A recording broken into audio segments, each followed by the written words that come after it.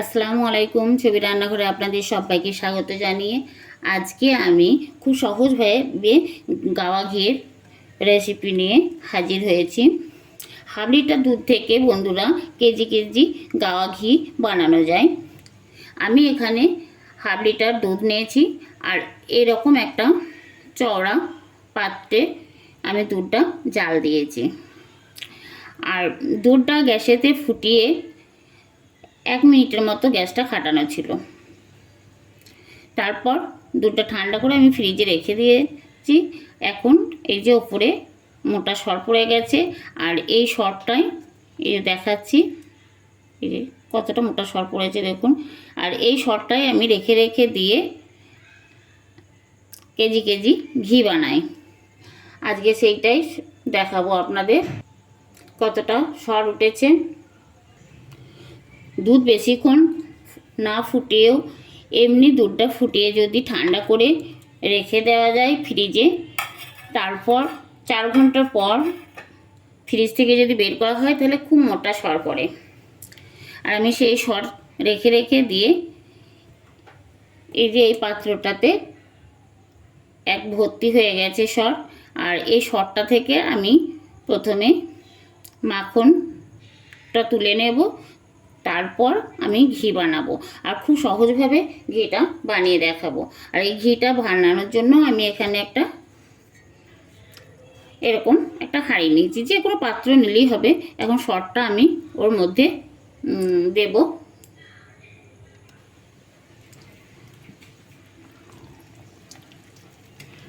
আমার চ্যানেলে যদি প্রথম এসে থাকেন বন্ধুরা, তাহলে আপনাদের কাছে অনুরোধ আমার চ্যানেলটিকে সাবস্ক্রাইব করে ভিডিওটিতে লাইক দিয়ে পুরো ভিডিওটা দেখতে থাকুন। আর খুব সহজভাবে আমি এই ঘি বানানো দেখিয়েছি। আর আমি এখানে হাফ লিটার দুধ থেকেই এই দুধের সর থেকে এই ঘিটা বানাবো। এই সরটা রেখে রেখে দিয়েছিলাম ফ্রিজে। আর তারপর এগুলো সব কিছু একসঙ্গে দিয়ে আমি সহজভাবেই বানিয়ে দেখাবো। বন্ধুরা, আমি এই ডাল ঘোটাটা নিয়েছি আর এই ডাল ঘোটার সাহায্যে আমি এখানে মাখনটা তুলে নেব। আপনারা চাইলে হাতের সাহায্যে এটা হবে। আর আমি এটা দিয়ে এইভাবে কিছুক্ষণ মানে এইভাবে ঘুরিয়ে নিলেই আমার যে বাটারটা উঠে চলে আসবে।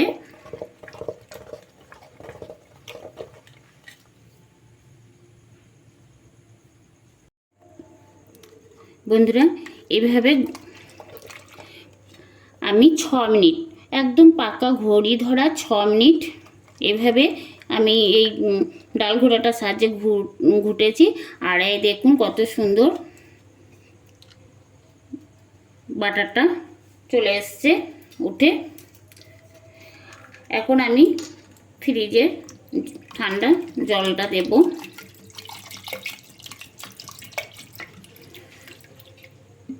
এই ডাল ঘোটার গায়ে কিন্তু লাগে নাই।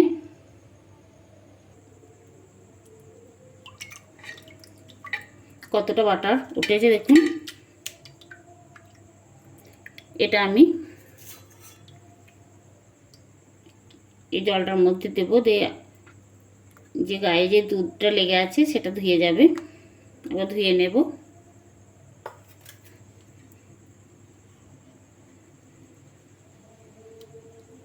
বাকি যে এই জলটার মধ্যে আছে সবটাই তুলে নেব।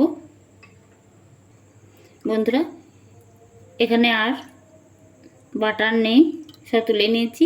আর এটাকে ঘোল বলে। এটা খাওয়া যায়, এটা ভাতের সঙ্গেও খাওয়া যায়, মুড়ির সঙ্গেও খাওয়া যায়। এটা আমি অন্য জায়গায় ঢেলে রাখছি। আমি আর একবার জল দিয়ে ধুয়ে নেব বাটারটাকে।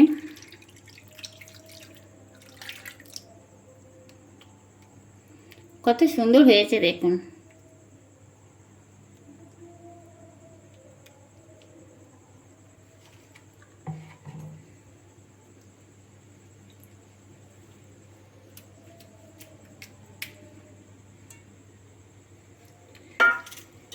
আমি এই হাঁড়িটার মধ্যে বাটারটা তুলেছি, গায়েতে লেগে আছে। আর এই হাঁড়িটাতেই আমি ঘিটা বানিয়ে দেখাবো, তাই বাটারটা দিয়ে দেব। বাটারটা আমি গ্যাসের ওভেনে বসিয়েছি, এখন ঘিটা বানাবো। আর এইভাবে মাঝে মাঝে নেড়ে দেবো, তাহলে ঘিয়ের যে খাঁকিটা থাকে কাঠটা ওটা তলায় বসবে না, আর ঘিটা একরকমভাবে হবে।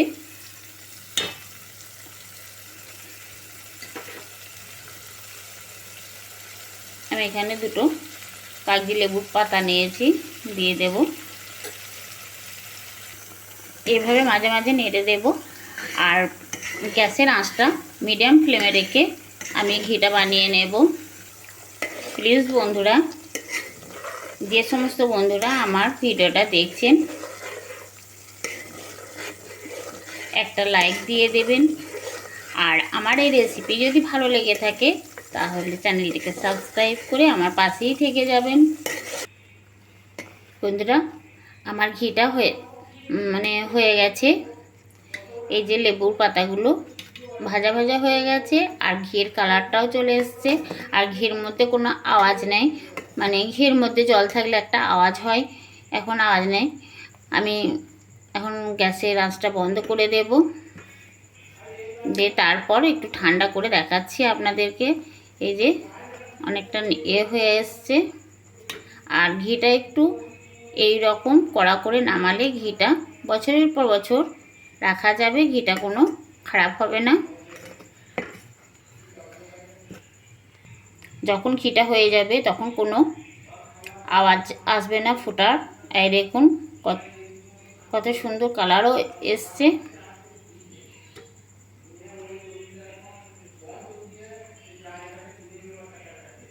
এখনো হালকা ফুটছে।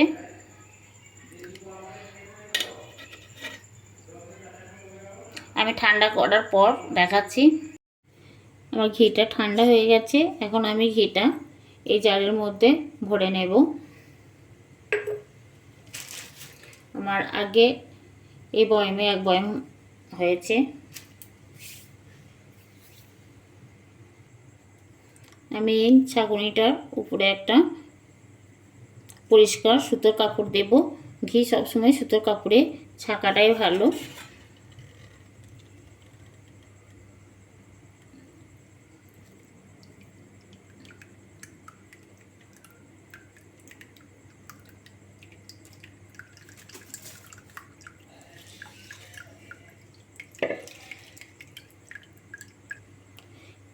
ঘিটা যদি এইভাবে ছেঁকে নেওয়া হয় তাহলে এই যে ঘিয়ের মধ্যে যে কাঠগুলো জমে সেগুলো এই কাপড়ের মধ্যে আটকে যাবে, আর ঘিটা থেকে যাবে।